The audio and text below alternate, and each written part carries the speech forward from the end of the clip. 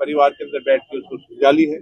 और हमारे बहुत ही वरिष्ठ नेता पिन बोरा जी, जिनने मेरे खुद के उनके बहुत पुराने संबंध 2006 और 7 से, जब से वो आप यूथ कांग्रेस में थे, मैं भी इंचार्ज होता था, जब से लेकर आज तक हमारे बहुत ही संबंध है।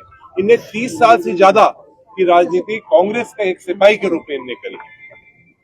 आगामी चुनाव के अंदर कैंपेन कमेटी के अध्यक्ष के नाते पूरे प्रदेश के अंदर जो ये भ्रष्ट सरकार है उसकी सबसे बड़ी आवाज आसाम की ये रहेंगे। मैं बहुत बहुत धन्यवाद देता हूं पिन बोरा जी को कि उन्होंने अपना रेजिग्नेशन, उन्होंने अपना कागज दिया था उसको वापस ले लिया। बहुत बहुत धन्यवाद।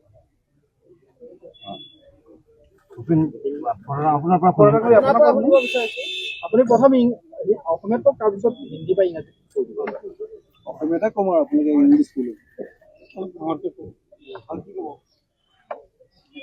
1926 চনত যেতিয়া পাণ্ডু অধিৱেশন হৈছিলে, তেতিয়া দেশভক্ত তৰুণৰাম ফুকন ডাঙৰীয়াই মোৰ ককাদেউতালৈ এখন চিঠি লিখিছিলে। চিঠিখন এতিয়াও আছে আৰু সেই চিঠিখনৰ ভিত্তিত মোহৰ গাড়ীৰে এগাড়ী গামোচা নগাঁৱৰ পৰা আনি পাণ্ডু অধিৱেশনত মণ্ডপ বনাবৰ কাৰণে আমাৰ পৰিয়ালে সহযোগ কৰিছিল।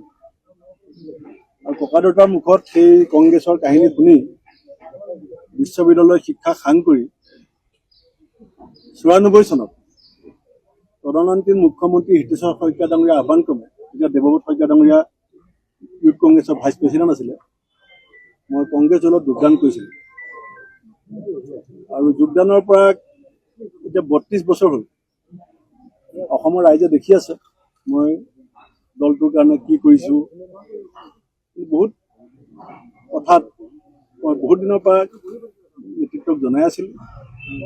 যেতিয়া মই দেখিলোঁ যে মোৰ কথাবিলাক গুৰুত্বহীন হৈছে, তেতিয়া মই পদত্যাগ পত্ৰ দিছোঁ। এতিয়া মোৰ কেন্দ্ৰীয় নেতৃত্ব, ৰাজ্যিক নেতৃত্বই মোৰ সৈতে কথা পাতিছে। তেখেতসকলে কৈছে ৰিজিগনেশ্যন গ্ৰহণ কৰা নাই বুলি। ময়ো তেখেতসকলক কৈছোঁ যে মোৰ পৰিয়ালৰ লগত মোৰ দুজন ভাই আছে, ভণ্টি আৰু মোৰ পৰিবাৰ, মই কথা পতা নাই, নপতাকে মই পদত্যাগ দিছোঁ। আৰু মই আকৌ ৰাতি বা কাইলৈ ৰাতিপুৱা মই তেখেতক লগ ধৰিম বুলি কৈছোঁ। আৰু তেখেতসকল অকল মোৰ দলীয় সতীৰ্থই নহয়, প্ৰদুৰদাৰ কথাই কওক, ৰিপুণদাৰ কথাই কওক, গৌৰৱ গগৈ, দেৱব্ৰত শইকীয়া, জিতেন্দ্ৰ সিংজী মোৰ লগত 2007 চনৰ পৰা ব্যক্তিগত সম্বন্ধ। আমি তেতিয়া ইউথ কংগ্ৰেছ কৰিছোঁ।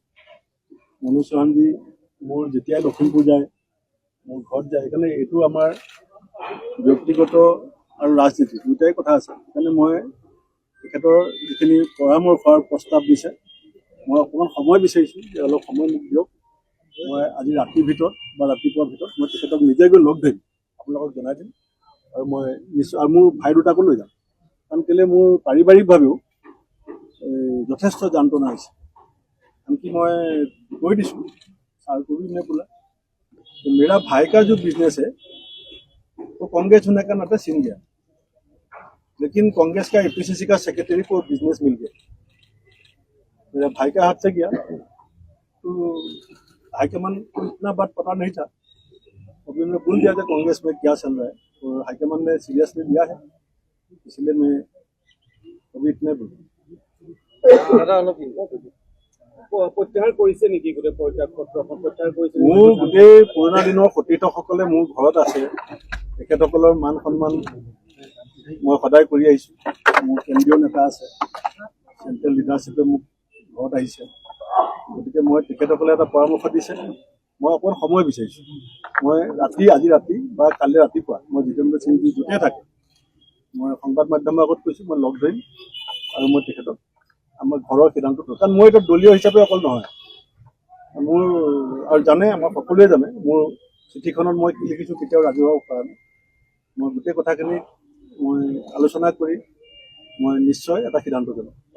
গোটেই জীৱনটো আপুনি বিজেপি বিৰোধী ৰাজনীতি কৰিলে, কিন্তু ইতিমধ্যে চৰ্চা আৰম্ভ হৈ গৈছে, আপুনি বিজেপিলৈকে যাব, দিন তাৰিখ বাৰ ঠিক হৈ গৈছে, গতিকে আপোনাৰ আদৰ্শৰ লগত তেনেকুৱা কিবা কম্প্ৰমাইজ কৰিব নেকি ভৱিষ্যতে? চৰ্চা কোনে কি কৰে সেইটো আপোনালোকৰ অধিকাৰ আছে, মই যেতিয়া যি ক'ম সেইটো মই ভাবি চিন্তি আপোনালোকক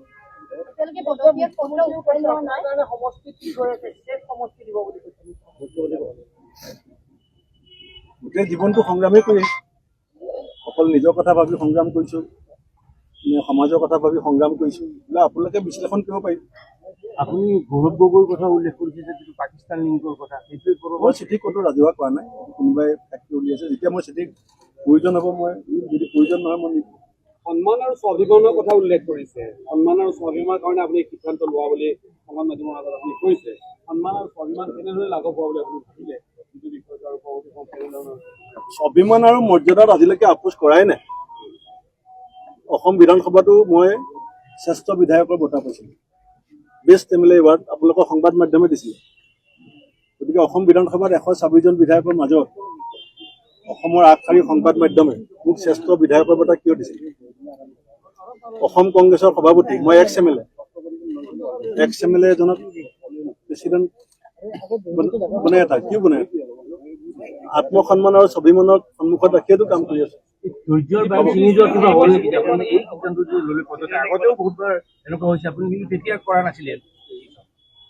এতিয়া যে আপুনি পদত্যাগ পত্ৰ দিলে সেই ঘটনাক্ৰমটো অকণমান জানিব বিচাৰে। মই কম এতিয়া যিহেতু তেখেতসকলে এটা আহ্বান জনাইছে পদত্যাগ পত্ৰখন গ্ৰহণ কৰা নাই, গতিকে মই এতিয়া কিয় এইবিলাক কথা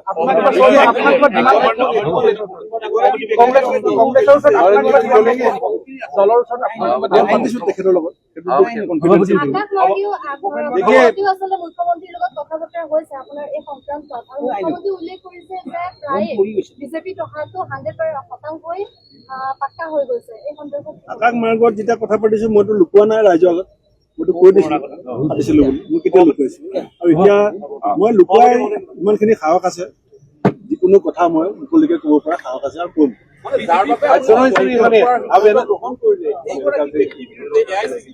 AICC লিডাৰ এজন মোৰ কাষত বহি আছে, মোৰ ঘৰত মোৰ প্ৰেচিডেণ্ট বহি আছে, CLP লিডাৰ বহি আছে। ইয়াত যদি মই আপোনালোকে তেনেকুৱা এটা মোৰ ঘৰ এখন ৰাজনীতিৰ উদ্ভৱ আমি নিজৰ এটা আত্মীয়তা থাকে, সেইখিনিও আপোনালোকে চাব।